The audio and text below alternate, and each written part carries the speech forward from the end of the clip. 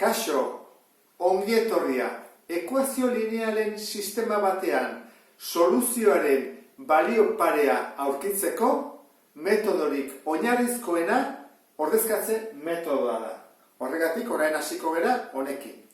Zer galdetu behar dugu lehenengo? Ea parentesiak badaude eta zatikiak badaude. Eta ez badaude, era hontan jarri behar dugu.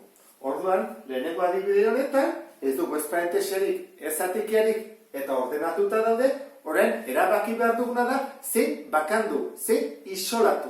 Eta zein da honena koefiziente txikiena duena. Honek 3 du, honek 2, honek 5, honek -1. Orduan, zein bakanduko dugu? I hau. Berak du koefizienterik txikiena. Zer egingo dugu ba? Minus baldin bada, plusa bihurtu. Eramango dugu eskubira. Eta 21 hau ezkerrera. Orduan, geldituko ditzaiguke 5 isa ken 21 berdin I. Bakandu ondoren, orain egin behar duguna da iaren balioa, hau dela, 5 isa ken 21 ordezkatu beste ekuazio. Ez ekuazio berdinean, bestean. Orduan, egingo duguna izango da, hartu hau, eta jarri, 3 isa, gehi, 2, toan, I dator. Ez dugu I jarriko dugu hau, parentesi artean, 5 isa ken 21. Jarraituko dugu, berdin, 10. Ordezkatu ondoren, ondo begiratu behar dugu, ea, letra edo zezagun bat bakarra dagoen. Isa, ondo. Hemen azaltzen bada isa eta I, esan edu ez dugu lezera aurreatu, berriro jarraitzen dugu lehen bezala, isa eta I edukitzen. Horra, pausa hau ematerakoan, hemen atean behar zaigu, ez ezagun bakarra, isa. Orain, bai egingo dugu beti bezala. Lehenengo zer egiten da, parentesiak kendu, banatze egingo dugu, horrela. 3 isa, gehi, 10 isa, eta bide dau, ken 52, berdin 10. Orain, isak alde batera, eta gai askeak beste atalera. Horra jarriko dugu, 3 isa, gehi 10 isa, 13 isa jarriko zuzenean, eta hemen 10 kentzen ari dela batutzen. Urrengoa, 13 isa, berdin, hau da, 52, eta bidertzen ari dena koefizientea gogoratu pasagarra zatitzen. Isa berdin, 52, zati 13. Eta zatiketa egiten badezu, atatzen da 4. Isaren balioa urtitu dut. Orain, Iaren bilakun behar dut. Nola joango naiz? Onera. Isaren ordez jarriko dut 4. Orduan ningo dut. 5 bider 4. Ze isak 4 balio dula esan dugu, ken 21 berdin I. Lehenengo biderketak egin behar dira. 5 bider 4, 20, ken 21 -1. Orduan, sistema honen soluzioa zein da? Bada 4 eta Iarena -1. Hau izango zateken? Soluzioa. 4 -1. Sistema honetan lan gehiago dugu egiteko, hemen zatiki bat dugulako, eta hemen parentesi bat. Orduan hasiko gara honekin. Zer egin behar dugu? Parentesiarik ez dagoenez, zatikiak kendu. 2 modu daude, bada MKT egitea, baina nik beste modu azkarra egingo dut. Nola, dena, atal guztia, 5 ari da zatitzen, pasatuko dut. Zatitzen ari dena, bidertzen.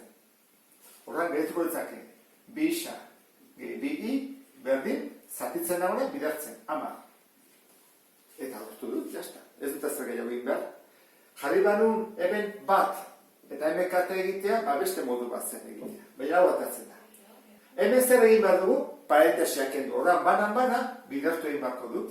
3 isa, gehi, 3 I. Gehi 4 I, berdin, -1. Orain, kendu ondoren parentesiak zatikiak kendu behar ditut, ez dago. Horren, modu hontan jarri behar dut.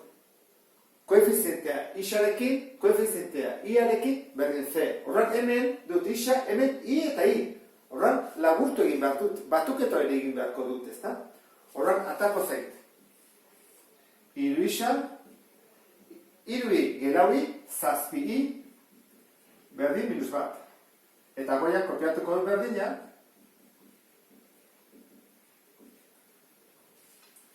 Orain erabaki behar dugu, zein bakandu behar dugun.